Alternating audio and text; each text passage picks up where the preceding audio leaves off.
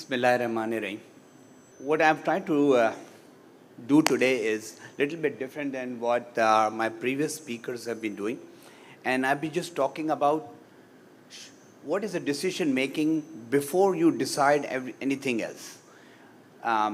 ERP खरीदने से पहले आपने पहले तो सोचना है कि क्यों ERP खरीदना है और उसके नतीजे में हमें हमें हमें जो इन्वेस्टमेंट की है उसकी रिटर्न कैसे होगी. तो सबसे पहले let me give you a brief introduction about myself. This would be my agenda. I'll be talking about myself and the company. Then I will be talking about ROI in terms of company's objectives, company's goal, company's vision. Then the components of ROI, how do we reduce investments or how do we increase the achievements? And then a small justification of ERP, how do we take it down to the cost, the big cost of investment and break it down into elements. Okay? Let me talk to you about myself. I've been in SAP and I've been doing ERP for the last 24 years. Of this, 18 years I've been the CEO of SuperNova solution. I have done more than 50 plus projects and been part of more than 30 implementations. And have my company is running, we have about 100 plus people in our organization. And alhamdulillah, I've been very proud to say that many people I've trained, the company SuperNova Solution has trained and produced many quality consultants which are working for other consulting companies and also working for other organizations. So that is one of the few achievements that I could say that I've added to my life. It would be to bring up the people from down and bring them up and make them a good consultant and good people. Okay, thank you. Let's move on. Okay, so now first of all, before you think about trying to do an ERP implementation, trying to invest on ERP implementation, first you need to look at yourself. First, you look at your company's goal. Why do companies really buy ERP? And we have, SuperNova has talked to many of our customers, and these are the response that some of our customers have given us. We are buying ERP because we want to standardize our processes. We have different elements, we have different departments, each running different softwares. They're not talking to each other. They're making decisions independently. They have no linkage between themselves. So we are buying ERP so that we could have a standardized system. This is one objective, one company's vision, one goal. Some companies says that we want to stand above our competition. Our competition is running big ERPs, SAPs, Oracles, and we are left behind. If we don't do it, we will leave behind. Now, when we look at this objective in terms of ROI, then the numbers may not make any sense. There would not be any numbers on what our competitors are doing, and we have to catch up with our competitors. So we have to look at from a different objective, from a different achievement perspective. Okay, some of our customers says it's our customer's requirement. And this is the pharma industries are doing it. The pharma industry is saying, we want to go into export market, our customers are outside, and they want to be want to have a quality system. They want to make sure that our processes are validated, and we want to sell to WHO certified areas. So for this, we need SAP. And this is the driving factor in most of the pharmaceutical companies. They want to market internationally, and SAP gives them a leverage. SAP gives them stability, a name, standards. Then some companies want to do a company branding. Few years back, one tobacco company want to sell itself. The company wanted to sell itself. Now, what do they do to improve the value of the company beside other things that they were doing? They said, let's implement SAP. Now, the SAP, after implementing SAP, the company's value really increases. So when they try to sell it to their international buyers, they got a good price for the company. So SAP could be, or any ERP could be used for branding itself. The company wants to sell. A lot of food companies are going outside in exhibitions, and they're showing themselves that we run SAP. or we run Oracle, or we run ERP. Okay? So when they do that, it adds value. It adds value to their product. So a lot of food companies, most of the big food companies are also right now running SAP.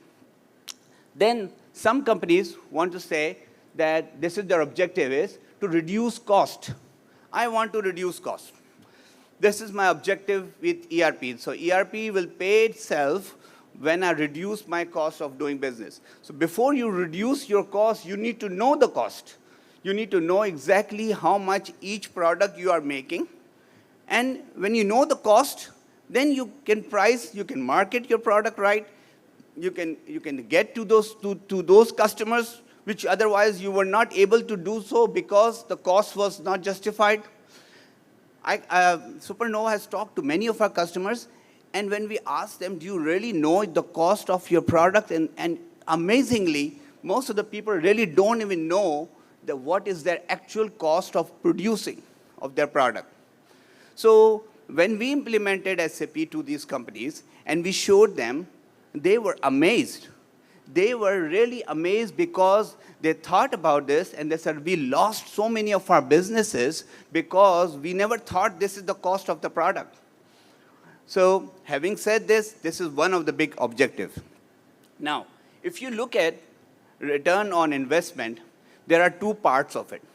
First part is the achievement divided by the investment. If you achieve more and your investment is low, your ROI will increase. If your investment is low and your achievement is higher, then also your ROI. So there are two elements. One element is reduce my investment, and the other part would be to increase my achievement. I've used the word achievement with respect to ROI because there may not have any value as far as any in achievements. For example, in earlier slides, I told you the objective was to brand myself. They may not have any number on it. If the achievement is objective is that I want to compete with my competitor because all my competitors are running big systems, my competitors are running SAP, so there may not have any value on it. Okay, so let's move on. So two parts: reduce investment, increase achievement. Now, how do you reduce investment? One way of doing it is to move from CapEx to OpEx. We have already talked about this.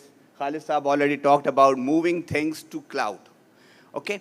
So when you move things to cloud, first you need to understand that what is your cost of keeping on-prem. There may be things that you are incurring on keeping the servers on-prem. Lot of SuperNova's customers, they're saying, why do we keep it outside? We lose control. When we put stuff on cloud, then this cloud will have, the cloud company would have the control of my data. Okay. But having said this, if you have an on-prem solution, the server is sitting in your premises and it's on internet, then somebody can access it from outside as well. Okay? So there may be other costs besides keeping the stuff on, besides losing that edge. For example, you need to build up a server room.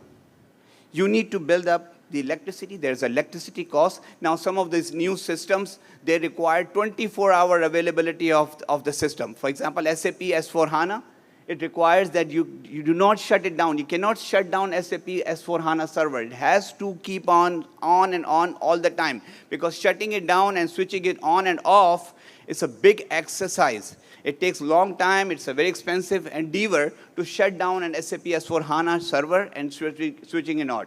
ECC server, we used to switch it down after 5 o'clock and switch on in the morning. That was possible in ECC. But S4HANA, you cannot switch it off. So you need to keep it up and running. Electricity costs, hardware cost. Okay, one more thing with on-prem solution. In case in on-prem solution, when you buy a server, and you will keep it for 5 years. 5 years, you will not spend any more money on the server. So you are locked with that technology for 5 years. In 5 years, technology has improved. New machines, new processors, better processors, better memory, better computing power, but you are locked with that server sitting in your premises. With cloud solution, what they are doing, every 3 months, every 4 months, every 6 months, they are upgrading their machines. So every time you are accessing the best of the lot, you are accessing the fastest machine and the best machine all the time with cloud.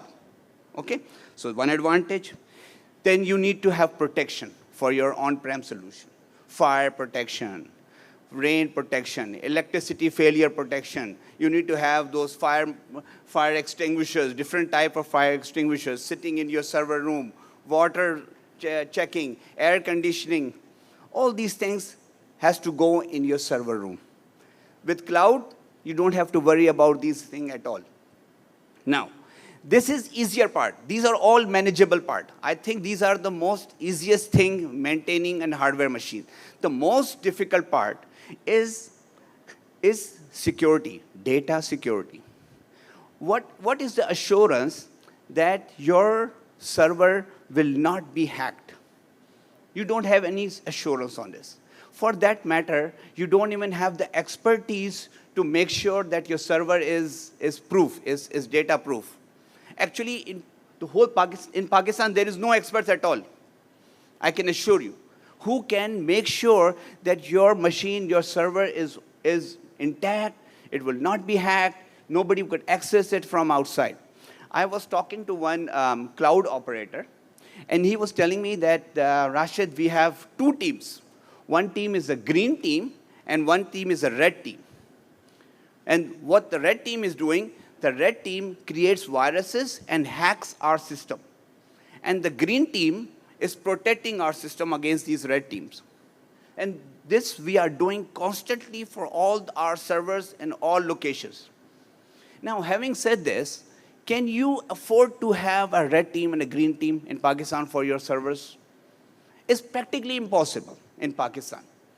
Yes, you might incur a lot of cost, but then that increased cost for data security will not justify that server. And this cloud is providing you for free. It's inherent, it's built in your cloud. Okay, and some of these cloud providers are providing you services like, if the server is hacked, if the server is not available, we will cover your revenue losses. They're not only saying that we will just repay you for the amount of the time which is not available. They're not saying this. They're saying that during the time this cloud is not available to you, then whatever revenue loss during this time, we will pay for you. We will pay you. And we will not even ask you. We'll just give me a number, we'll send you a check. This is the kind of assurance big cloud provider, especially SAP Rise is providing you. Now, this is a very secure server. So 2 parts. One part is moving your investment from CAPEX to OPEX. So now you don't have to spend so much money directly on your machines. And then you get a very, very, very, very secure environment where your data is kept. And the data is secure for you. And it's available all the time, everywhere. So if the cloud is in Pakistan, or if the cloud is in Dubai, or is in Europe, doesn't matter. There may be some latency, but the latency, now somebody comes in, one of our customers goes, oh, it will be slow because the server is sitting in Europe. You won't even understand, you won't even know that the data has gone there and come back. It happens so fast that latency, you will not even see it. You will not even observe it. It will not even happen. It will happen. Actually, it will going to happen, but you will not observe it at all. And I work with a lot of multinational companies and servers. I don't know where the servers are sitting. I worked with Novartis, and I don't know where the server is sitting in Novartis, and never had any problem. And all the people and all over the world are using it. Okay, what they have also done is they have kept server in 3 locations. So companies like Novartis, they have kept servers in 3 locations. One is in Japan, one is sitting in Europe, one is in North America, because there are 3 different time zones. So they can shut down, or they can do their maintenance activity and shut down one place or the other. So it will not happen at all. You will not even feel the difference with this cloud processing. So that's a big misnomer that cloud is not feasible. It is feasible. It is important. Then let's move on. Then so we are reducing investment. When we buy a cloud, we reduce our cost of investment. We are reducing our investment. The second thing we can do is we can try to achieve as much as possible. We increase our achievement. How do we increase our achievement? So with the ERP, automatically your operating costs will go down. You will not even feel it. And if I can assure you, there is one thing in SAP which is called SAP Material Ledger. If you just implement Material Ledger, that itself will pay off SAP cost. Right? So one of our partners is looking at me and he says, yeah, sure, why not? So Ilsab is also saying that, yes, Material Ledger is one thing which actually pays off SAP. And what Material Ledger is doing, it is actually reducing your operating costs. It actually opens up and tells you, this is your operating cost, where are you incurring, where are the big expenses that you're incurring. Focus on those areas, and this will automatically reduce your total cost of doing business. Administrative cost, which cost center are expensing more? Implement functional area, implement budgeting. Implement budgeting. Automatically, your administrative cost will go down. It's a tough thing to do. It will stop doing transactions during your purchase order or your costing, your accounting. But then it controls your administrative expense. Okay? Obviously, when SAP or any ERP is implemented, it tells you what you really need to invest in your inventory. Don't put extra inventory in your system. You are spending your capital, you're wasting your resources, you're filling up your stores with excess inventory which you really don't need. Run your MRP correctly, the system runs the MRP correctly, and then it determines really what inventory you need. So this is where the cost will go down. Then obviously because of inventory, you will reduce your obsolete inventory. The system will tell you, if you implement the batch management of SAP, it will tell you which batch is expiring, so use that first. FIFO method, implement the FIFO method where you reduce your expiring item first before going to the other item. Okay? So understanding the cost of manufacturing is most important. And when you implement any ERP, especially SAP, it will specifically tell you. I was doing one analysis, and one of my customers is sitting right here with them. And we determined there was a very, very, very small cost, about 2,000 or 4,000 rupee cost. And we pinpointed that this cost is wrongly represented in the system. So the system's profitability analysis report clearly identified of the 1 billion rupee inventory, then 5,000 or 6,000 rupee cost was clearly identified. And I identified it for them. So this is the level of detail analysis that SAP can offer you. Now, so far, we're talking about theoretical numbers. Let's put it down in numbers. How do you really determine the ROI for ERP? Very simple. Okay? First, look at your total cost. Let's assume, this is really a good estimated amount, that you spend $200,000 per year. Now, this is a very big amount, 36 million rupees. We are telling you, spend 36 million rupees yearly on your ERP. So whenever somebody is going to decide, this is going to be a big amount. But let's break it down. $200,000 per year, per month, 16,700. You're spending $16,700 per month. Now take this amount and divide it on the number of employees in your company that are using the system. Let's assume you have 400 people who's going to be using SAP or who's going to be using the ERP. Let's assume SAP. Okay? You divide this amount. Each employee gets $42 per month, which is equivalent to 7,500 rupees. So you're actually spending 7,500 rupees on each employee extra because of ERP. Now, what is this amount? Compare this amount on what other type of expenses that you are incurring on each employee. You're giving them a salary, you're giving them a conveyance, you're giving them some bonuses, and you're also giving them a computer, a laptop. A laptop may cost about 220,000, 2,20,000 rupees. Divide this on its useful life, which is 36 months. Let's assume 3-year depreciation. So per month, you're spending 6,200 on a laptop for each employee. So now, what you're saying is this 6,200 rupees you're spending, which is a shell computer, does not have any processing. What useful is it for you? When we add a system on top of it and spend 7,000, now the productivity of your employees really go up. So here, this 36 million per year really makes sense. Okay? So this is one way of determining return on investment. This will make it easier to make this decision, whether to buy an ERP or not, whether to buy ERP on cloud or on-prem. Okay? Thank you very much.